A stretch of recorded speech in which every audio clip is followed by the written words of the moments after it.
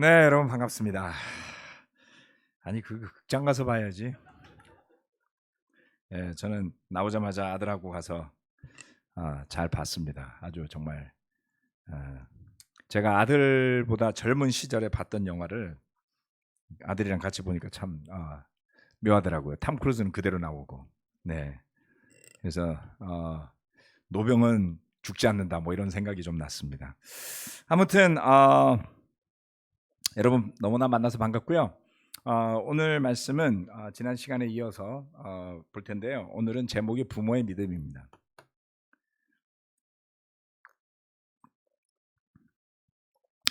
어, 히브리서 11장에 믿음에 대한 이야기가 나오는데 주목할 만한 부분이 있어요. 제가 뭐 창세기 강의 설교하면서도 좀 나누기도 했었고 그래서 아마 일맥상통하는 내용일 겁니다. 부모의 믿음과 관련된 부분이 이렇게 몇 구절에 나와 있습니다. 자, 히브리서 11장 20절로 23절까지 말씀입니다. 믿음으로 이삭은 또한 장래일을 놓고 야곱과 에서를 축복해 주었습니다. 야곱은 죽을 때 믿음으로 요셉의 아들들을 하나하나 축복해 주고 그의 지팡이를 짚고 서서 하나님께 경배를 드렸습니다.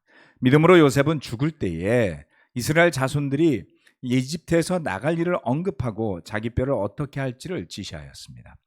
모세가 태어났을 때 믿음으로 그 부모는 석 달 동안 아기를 숨겨두었습니다. 그들은 아기가 잘생긴 것을 보았기 때문입니다. 그들은 왕의 명령을 두려워하지 않았습니다. 히브리서 11장 20절로부터 23절까지는 특별히 부모의 믿음에 대한 이야기가 나옵니다. 우리 중에 자녀를 두신 분들이 많은데요. 뭐 설사 싱글이거나 또 자녀가 없다 할지라도 또 믿음의 자녀를 둘 수도 있잖아요. 그래서 모두가 한 마음으로 오늘 말씀을 좀 주목해서 같이 살펴보기를 부탁드립니다. 이 말씀들을 보면 이삭과 야곱이 아들들에게 축복하는 장면을 떠올릴 수가 있습니다. 이삭과 야곱이 어떻게 축복을 했냐면 히브리서 11장 20절 말씀은 이렇게 이야기를 했어요. 믿음으로 장래일을 놓고 야곱과 에서를 축복해 주었다라고 했습니다. 믿음이죠. 다시 말해서 믿음이 없으면 자녀들을 축복해 줄 수 없다는 말이죠. 그러면 이삭과 야곱은 어떤 식으로 축복을 했는가라는 것을 창세기 말씀을 통해서 한번 보도록 하겠습니다. 첫 번째, 믿음으로 아들들을 축복한 이삭과 야곱입니다. 믿음으로 아들들을 축복한 이삭과 야곱입니다. 27장 27절로 29절 말씀. 야곱이 가까이 가서 그에게 입을 맞추었다. 이삭이 야곱의 옷에서 나는 냄새를 맡고서 그에게 복을 빌어 주었다. 나의 아들에게서 나는 냄새는 주님께 복받은 밭의 냄새로구나. 하나님은 하늘에서 이슬을 내려주시고 땅을 기름지게 하시고 곡식과 새 포도주가 너에게 넉넉하게 하실 것이다. 여러 민족이 너를 섬기고 백성들이 너에게 무릎을 꿇을 것이다. 너는 너의 친척들을 다스리고 너의 어머니의 자손들이 너에게 무릎을 꿇을 것이다. 너를 저주하는 사람마다 저주를 받고 너를 축복하는 사람마다 복을 받을 것이다. 야곱이 이삭이 아들 야곱을 축복하는 장면입니다. 자, 여기에 보면 몇몇 가지를 이야기하지요. 첫 번째는 하나님께서 하늘에서 이슬을 내려주시고 때에 맞춰 적당히 내려야지 어제처럼 비가 내리면 참 어렵잖아요. 네. 땅을 기름지게 하시고 곡식과 새 포도주가 넉넉하게 하실 것이다. 땅이 기름진 것은 정말 중요하죠. 네. 그냥 아무 땅에서나 곡물이 자라지 않는다고 합니다. 비료를 잘 주지 않으면 제때제때 땅은 농산물을 내지를 못합니다. 혹시 뭐 자기네 집에 마당에다가 무슨 뭐 과일나무 이런 거 심어서 키워보신 적 있는 분들 계신가요? 예. 집 마당에서 그냥 크는 감나무에서 나는 감은요 그렇게 맛이 있진 않아요. 잘 먹어보면. 왜냐하면 관리를 안 하거든요. 예. 그런데 관리를 하는 곳, 기름진 땅에서 나오는 것들은 정말 맛이 있고 풍성하게 열매를 맺죠. 그래서 그 땅이 축복받는 일은 아주 중요한 일이었습니다. 그래서 곡식과 새 포도주가 넉넉하게 되고 자녀들의 경제적인 형편이 하나님의 축복 가운데 있기를 기도하는 내용이 들어있음을 알 수 있죠. 그리고 민족과 백성 그리고 친척 앞에 높게 될 것이다. 그들을 다스릴 것이다. 이렇게도 나와 있습니다. 마지막은 아주 훌륭한 축복인데요. 너를 저주하는 사람은 저주를 받고, 이거 아브라함에게 주었던 축복입니다.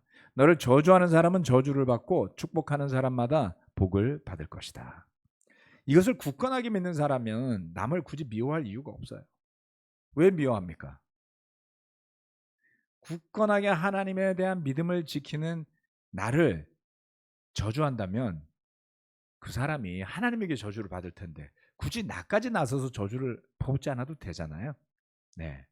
그래서 이삭은 그 아버지로부터 하나님으로부터 받은 축복들에 대한 이야기를 들었고 이와 같은 축복이 자기에게도 주어져 있다는 것을 믿고 살았던 것이죠. 어떻습니까? 부모로서 자녀들을 키우면서 가장 걱정하는 것 중에 하나는 사실 애가 커서 잘 먹고 잘 살 수 있을까 이런 거예요. 그렇죠? 뭐 공부가 사람을 훌륭하게 만들기 때문에 공부를 하라고 하는 부모가 세상 어디 있습니까? 물론 어느 정도 기여는 하지만 사실 공부라는 것도 그렇게 난리를 부리는 공부라는 것도 결국 그 아이의 품성이나 사람 됨됨이에 대한 것이 아니라 좋은 성적을 받아서 남들보다 좋은 조건에서 좋은 대학을 가고 좋은 직장을 가고 성공하고 경제적으로 그러한 것들에 대한 바람이 큰 것입니다. 그런데 그처럼 우리 자녀들이 아직 애가 어린 경우는 잘 모르지만 애들이 이제 한 초등학교 들어가고 중학교 갈 무렵 되면 불안감이 극대화되기 시작을 합니다. 이제 얼마 안 남았거든요. 야, 얘가 진짜 이래갖고 대학 가겠어? 싶은 생각이 들면 좀 뭐라고 설명하기 어려워요. 옛날에는 대학을 쉽게 갔던 것 같은데 요즘은 대학 가는 게 더 어려워졌어요. 어떻게 된 게. 그렇죠? 취업은 또 어떻습니까? 옛날에는 골라서 가고 뭐 밀려서 가고 좌우지간 갔어요. 요새는 아예 취업이 안 돼요. 잘. 제가 이런 트렌드를 본 게 지금 한 근 20년 가까이 된 것 같습니다. 2000년대 들어서 뭐 스카이 나오신 분들이 취직을 잘 못하더라고요. 일시적인 현상이 아니었습니다. 이제 아주 일상적인 일이 되었죠. 그런 만큼 부모들은 더 불안해집니다. 그런데 만약에 여러분에게 이삭이 또는 야곱이 그의 후손들을 믿음으로 축복했듯이 여러분의 믿음에 자녀들의 축복을 빌어줄 힘이 있다는 것을 알고 또 믿는다면 어떨까요? 믿음이 없으면 이 부분은 이야기할 필요가 없습니다. 하나님이 믿음을 통해 믿음의 선배들을 통해 나에게 준 축복이 나의 믿음을 통해 나의 자녀들에게로 갈 거야 라는 믿음이 없으면 이거 아무 소용없는 이야기죠. 믿음 없이 바라보면 안타깝지만 여러분 자신도 이 축복에 해당이 없고요. 그렇다면 여러분의 자녀가 이와 같은 축복을 받을 리는 더더욱이 없겠죠. 바로 이런 것들이 이삭과 야곱의 믿음과 우리 믿음에 있는 차이가 아니겠는가. 야곱의 기도를 또한 살펴보면 야곱의 축복을 살펴보면 배울 수가 있습니다. 자녀를 키우는 부모들이라면 저는 누구든지 빠짐없이 아브라함과 이삭과 야곱의 축복의 기도를 묵상하시고 공부해 보시기를 권합니다. 믿어지지 않으면 문제가 있는 거예요. 그게 안 믿어지면 문제가 있습니다. 그게 믿어지지 않는다는 것은 여러분의 삶이 축복받았다는 사실을 믿지 않는다는 것이고요. 그리고 그런 믿음 없는 속에서 여러분의 자녀가 축복받을 것을 믿지 못하기 때문에 불안이 아주 꼬리표처럼 따라다닐 겁니다. 창세기 48장 15절로 16절 말씀입니다. 그래서 제가 믿음이 없을 수도 있어요. 그래서 공부해 보시라고요. 말씀을 묵상해 보시라고요. 그렇죠? 네. 예수 믿고 회개하고 세례받고 거듭나서 산다고 생각하는데 믿음이 없으면 그것만큼 비참한 게 어디 있습니까? 바울도 그렇게 말하지 않았어요? 믿음 없으면 우린 비참한 겁니다. 48장 15절 16절 야곱이 요셉을 축복하였다. 나의 할아버지 아브라함과 아버지 이삭을 보살펴 주신 하나님, 내가 태어난 날로부터 오늘에 이르기까지 나의 목자가 되어 주신 하나님, 온갖 어려움에서 나를 건져 주신 천사께서 이 아이들에게 복을 내려 주시기를 빕니다. 나의 이름과 할아버지의 이름 아브라함과 아버지의 이름 이삭이 이 아이들에게서 살아있게 하여 주시기를 빕니다. 이 아이들의 자손이 이 땅에서 크게 불어나게 하여 주시기를 빕니다. 어떤가요? 야곱이 요셉과 그 아들들을 축복할 때 믿음이 있죠? 그 믿음이 어디에서부터 왔습니까? 야곱의 믿음은 결국 할아버지 아브라함에서 왔고요. 아버지 이삭으로부터 왔습니다. 할아버지의 믿음이 아버지 이삭에게 이어졌고 그 아버지 이삭의 믿음이 자신에게까지 이어져 왔음을 이야기하는 것이죠. 가르쳐주는 이가 없으면 복음은 들을 수가 없어요.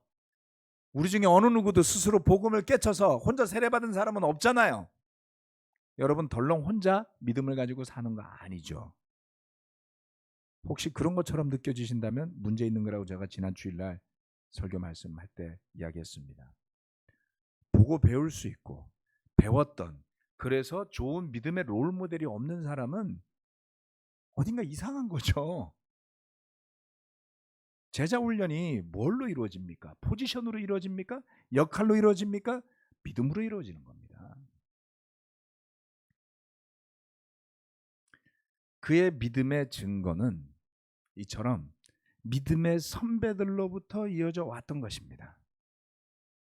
거기에는 겸손함이 있고 거기에는 신뢰가 있고 거기에는 감사함이 있어요. 네. 지난 주일 설교가 뭐였습니까? 험악했던 야곱의 130년이었잖아요. 그렇게 험악한 세월을 살았다고 하는데 믿음이 없어서 그런 게 아니에요. 세월이 험악했던 겁니다.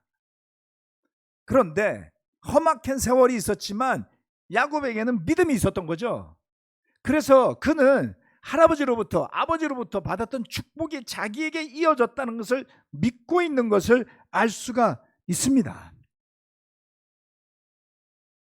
그게 겸손한 겁니다. 그게 신뢰가 있는 겁니다. 거기에 감사함이 있는 겁니다. 그래서 그는 할아버지 이름을 이야기하기를 아버지 이름을 이야기하기를 부끄러워하지 않아요.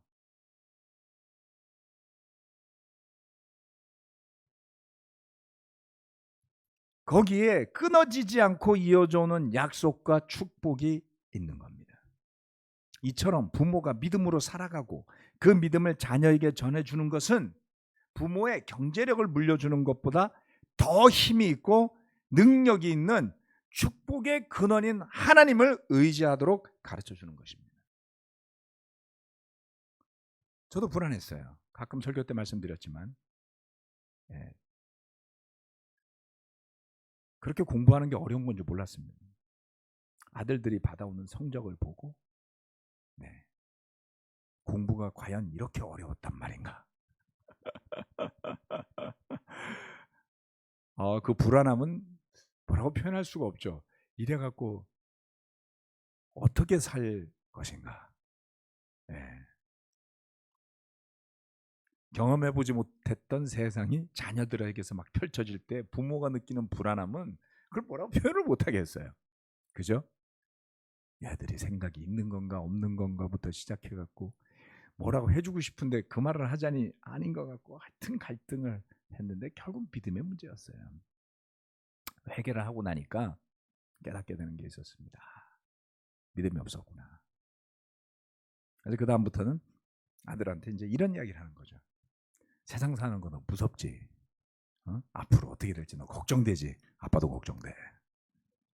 근데 아빠가 가진 것도 없고 해줄 것도 많지 않지만 하나님께 기도해서 하나님이 너를 축복하라고 해줄 수는 있어.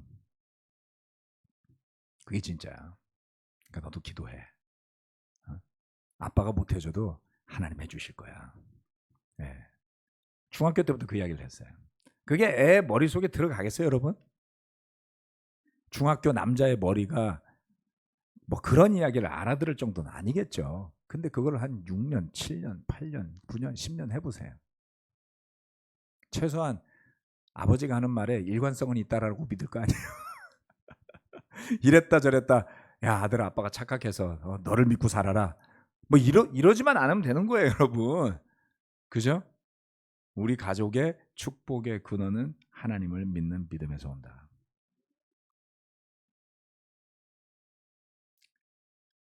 왜 예배를 충실히 나와야 될까요, 여러분?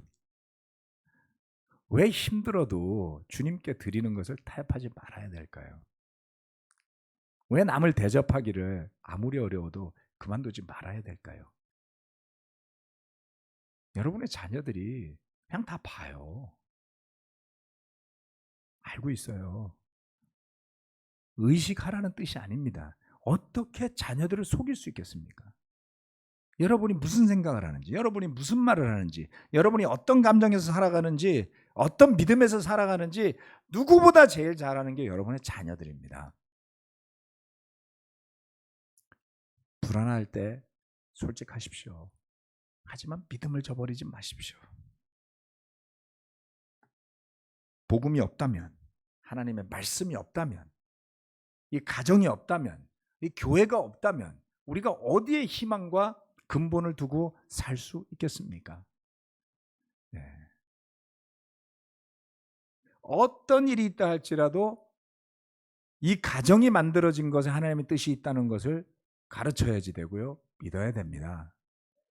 두 번째, 별로 잘난 건 없어요, 우리 교회가. 그렇지만 하나님께서 이 교회를 통해서 나를 불러주셨다는 것을 믿어야 하고 가르쳐야 합니다. 아무리 잘난 사람도 혼자 세례받은 사람이 없습니다. 두 번째, 공경받는 믿음 있는 부모가 되라는 겁니다. 출애굽기 20장 12절.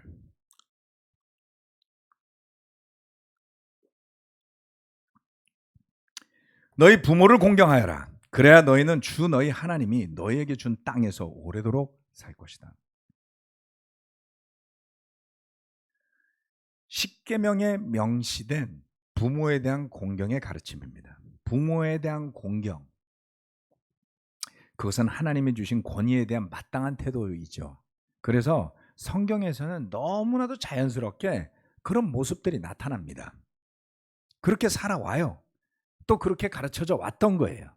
그래서 십계명에 나와 있는 내용들을 살펴보면 갑자기 하나님께서 이스라엘 백성이 전혀 알지도 못했던 생소한 것을 그냥 툭 던져주신 거라고 보기는 어려워요. 그렇죠? 네. 아브라함도 이삭도 야곱도 얼마나 부모의 이야기를 존중합니까?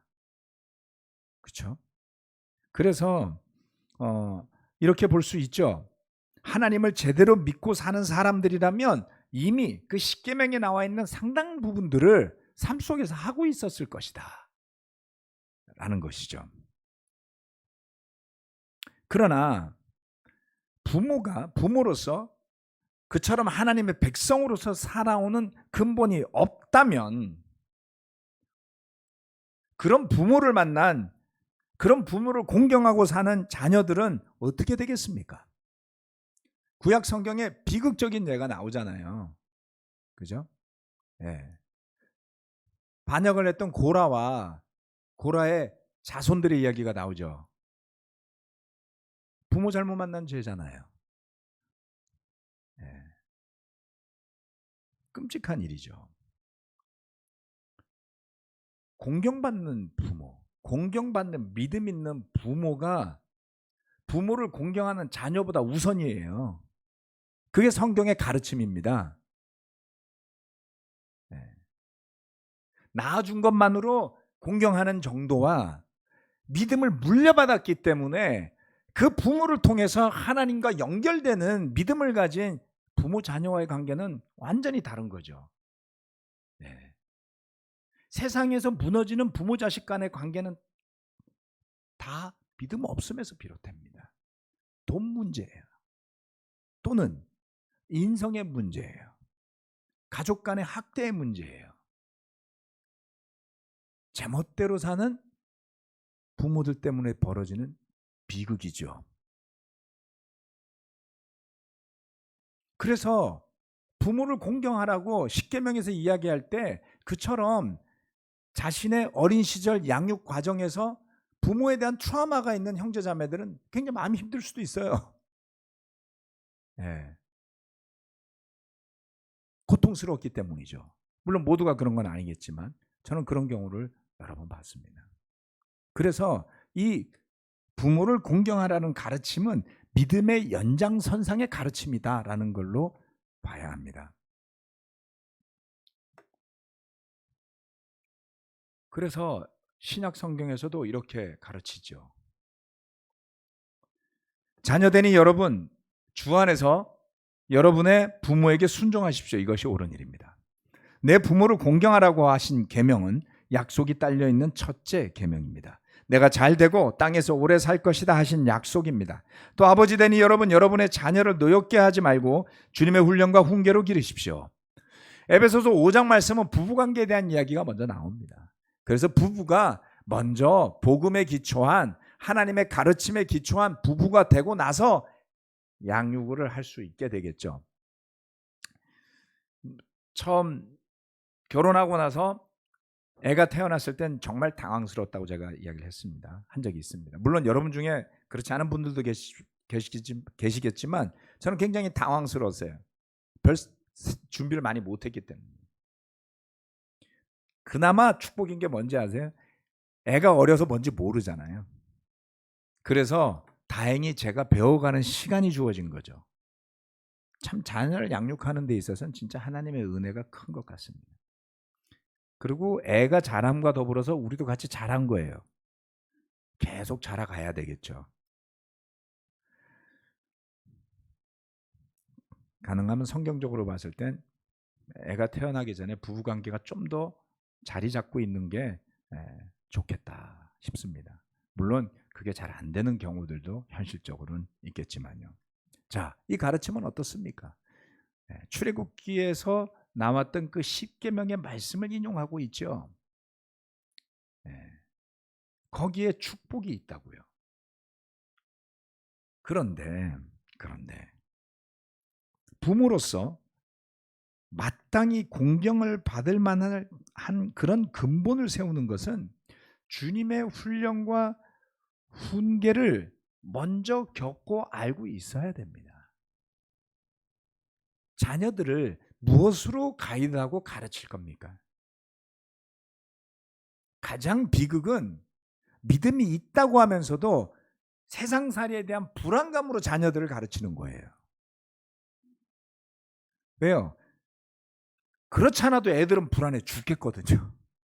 학교 가면 협박당하고 살잖아요. 학교에서 누가 믿음 줍니까? 네. 세상에 나가서 우리 자녀들은 주눅이 들 수밖에 없어요. 이 세상은 주눅 들게 만드는 세상이잖아요. 너는 충분히 똑똑하지 못해. 넌 충분히 능력이 없어. 너는 그렇게 살면 힘들 거야 라는 메시지를 세상에 가서 열심히 배우고 오는데 집안에서 부모가 믿음이 없어서 똑같은 메시지를 아이들한테 주면 어디서 우리 자녀들이 희망을 찾고 믿음을 찾겠습니까? 네. 그럼 비극이 기독교인들의 가정에서 많이 벌어지는 것이죠. 대한민국에 기독교인이 많으니까요. 그들이 정신 차리고 살았다면 대한민국은 달라졌어야 하지 않을까요? 우리 교회 형제자매들의 가정은 어떻습니까?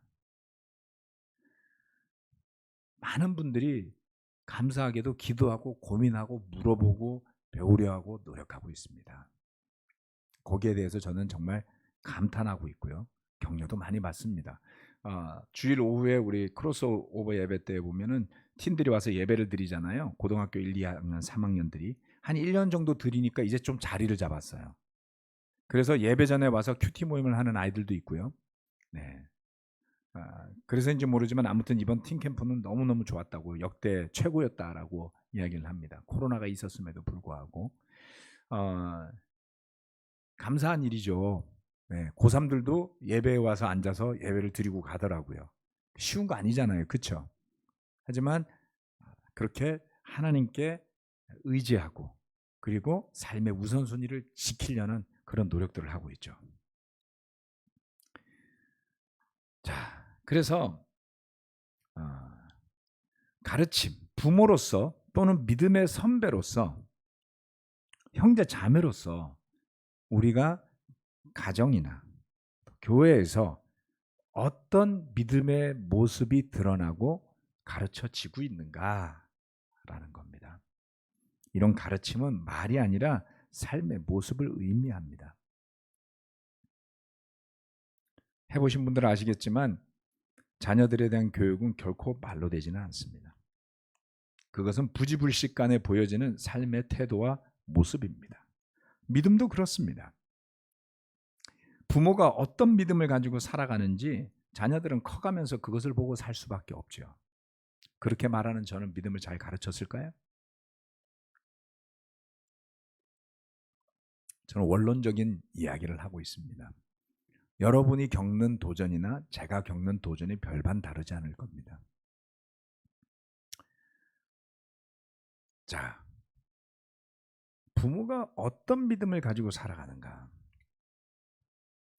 저는 이것을 단지 우리 자녀들이 세례를 받고 말고 하는 것에 관한 것을 이야기하는 게 아닙니다. 우리가 경험했지만 세례를 받고 제자로 거듭났던 사람들 중에 다양한 이유로 자기 자신의 믿음을 저버린 사람들도 많이 봤고요. 자신이 배우고 깨우치게 도와줬던 이 교회를 떠난 사람들도 지금 남아있는 사람보다 많을 거래요. 우리의 경험은 뭐를 이야기하고 있습니까? 누군가를 세례 주는 일도 어려운 일이지만 세례받은 그 사람이 믿음 안에서 꿋꿋하게 살아가게 돕는 일은 더더욱 어려운 일 아닙니까? 시간이 흐른다고 더 성숙한 믿음을 가질 수 있다면 얼마나 좋을까요? 호봉제처럼. 믿음의 세상은 호봉제가 아닙니다. 믿음을 가지도록 돕는 일은 평생에 관한 일입니다. 특히 자녀들을 믿음으로 이끄는 것은 평생을 책임지는 일이기도 하죠. 그래서 부모가 먼저 신실해야 합니다. 내가 아무리 어렵고 내가 아무리 힘들다 할지라도 하나님 앞에 지켜왔던 일들을 계속 지켜나갈 수 있어야지 돼요. 이랬다 저랬다 하시면 안 됩니다, 여러분. 아마 이렇게 생각하실 수도 있을 거예요, 여러분. 자기가 목사라고 저런 소리 하는 거지. 그것도 있을 겁니다.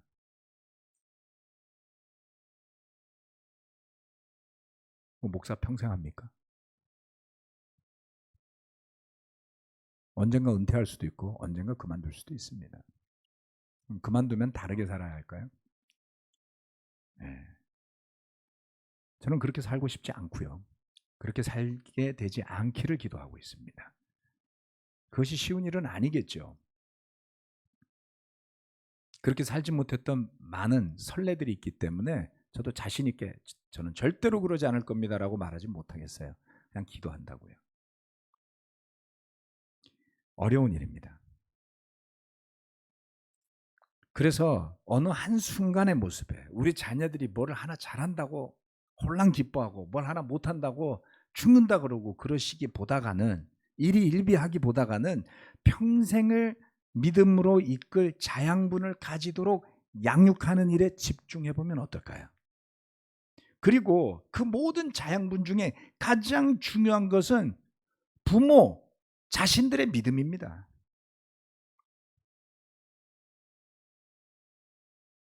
히브리서 11장 23절 말씀. 모세가 태어났을 때 믿음으로 그 부모는 석 달 동안 아기를 숨겨두었습니다. 그들은 아기가 잘생긴 것을 보았기 때문입니다. 그들은 왕의 명령을 두려워하지 않았습니다. 모세의 부모는 혹독한 시기에 아들을 낳았습니다. 왕의 명령은 모든 남자아이들을 강물에 던지라는 것이었어요. 하지만 모세의 부모는 그 아이를 숨겨두었는데, 좀 기분 나쁜 이야기일 수도 있는데 잘생겼기 때문이었대요. 네, 모세가 잘생겼다고요. 근데 여러분, 부모한테 자식은 다 잘생겼잖아요. 네, 그러니까 태도 가지지 마십시오. 성경이 잘생긴 사람, 못생긴 사람 구분한다. 아무튼 모세가 이쁜 아이였어요. 그런데 이뻤기 때문에 숨긴 게 아니라 믿음 때문이었습니다. 믿음 때문에. 왕의 명령을 두려워하지 않았습니다. 결국 모세가 성장하는 와중에 자신이 히브리인인 것을 알게 되죠. 그리고 광야 생활을 마치고 돌아왔을 때 자기 형 아론이 찾아옵니다. 누나 미리암도 만나게 되죠. 결국 모세는 자신의 그 태생의 비밀을 알게 되지 않았을까요? 그럴 가능성이 높죠. 형이나 누나가 말해줬을 거 아니에요. 야, 네가 태어났을 때 말이야, 너 이쁘다고 말이야. 엄마 아빠가 목숨 걸고 너 안 버렸어. 뭐 이런 얘기 하지 않았을까요? 그는 그런 부모에 대해서 어떻게 생각했을까요, 모세는? 우여곡절 속에서도 자신이 어떻게 목숨을 부지했는지, 어떤 경로를 통해 이집트의 왕자로 자라게 되었는가를 알게 되었을 때, 그것은 결국 부모의 믿음에서부터 비롯된 일이었더라 라는 겁니다. 그럼 모세가 부모를 공경하라는 가르침을 가르치는 것은 우연이 아니겠죠. 왜요? 부모의 믿음 때문에 자기는 존재하게 된 거였으니까요.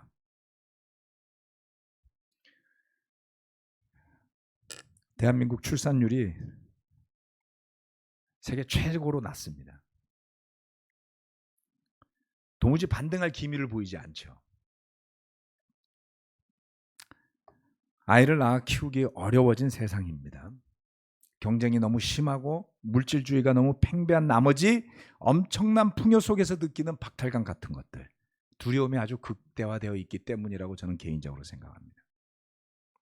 이런 세상 속에서 믿음을 가진 사람들이 아이를 낳아서 기를 때에 마치 모세의 부모들이 느꼈을 법한 스트레스나 두려움이 있지 않을까요? 하지만 믿음으로 이 세상의 요구를 거절하고 주님의 훈계와 가르침으로 우리 아이들을 양육할 마음과 믿음을 가진 부모들이라면 두려움보다는 믿음으로 자녀들을 낳고 자녀들을 양육하지 않겠습니까?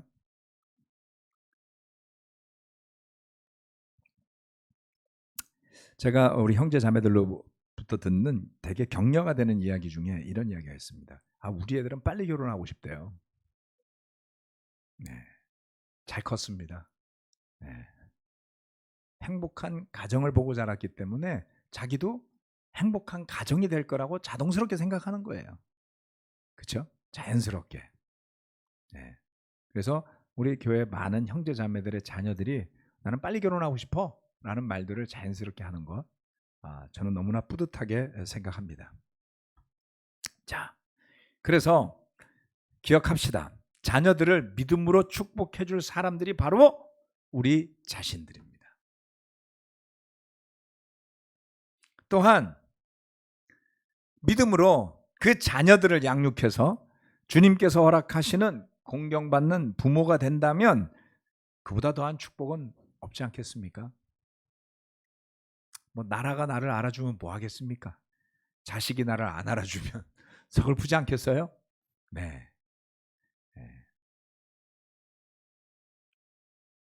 여러분의 가정, 이 교회를 통해 하나님께서 믿음의 축복을 주시는 것을 믿는다면 한 명 빠짐없이 그런 축복을 누리는 하나님의 자녀들로 더 성장해 가시리라 저는 믿습니다. 말씀 마치겠습니다.